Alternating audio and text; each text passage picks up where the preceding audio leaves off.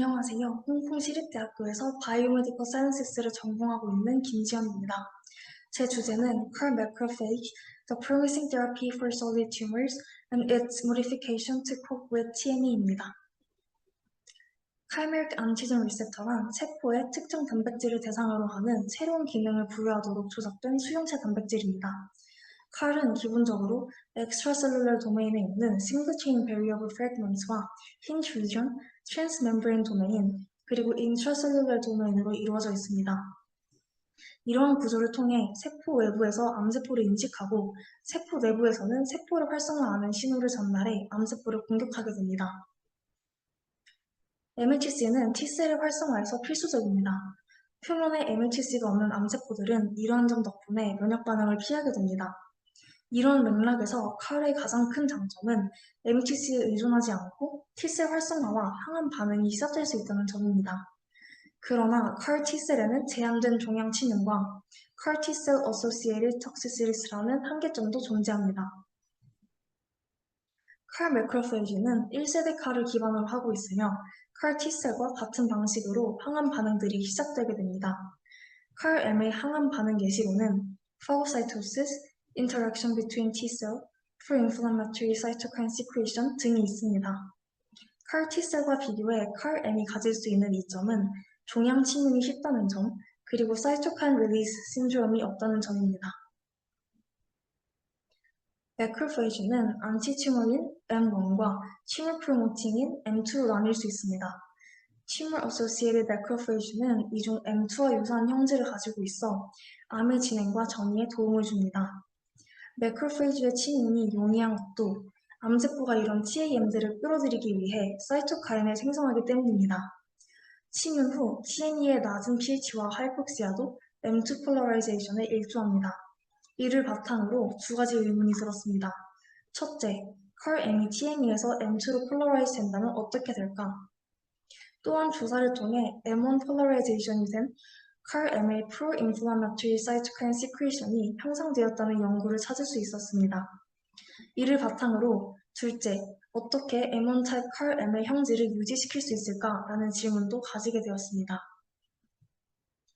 유전자 편집 기술을 통해 매크로페이지에서 HIF1알파의 발현을 억제한 논문에서 해답을 찾을 수 있었습니다.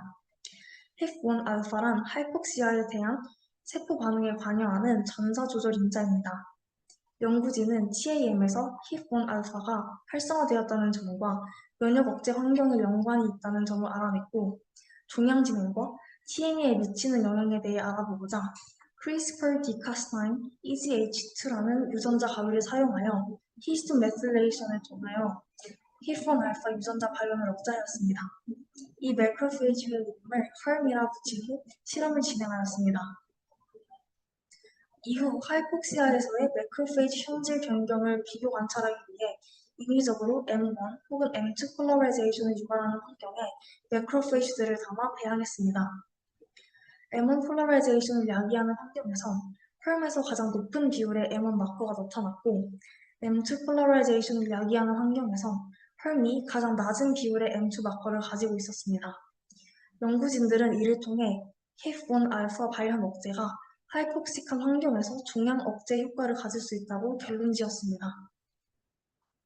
다음은 혈음이 종양 조직에 미치는 영향에 관한 결과입니다. 첫째로, 혈음의 파고사이토시스 능력입니다. 다른 매크로페이지들의 결과와 비교했을 때 혈음에서의 파고사이토시스가 현저히 눈에 띄는 것을 확인할 수 있습니다.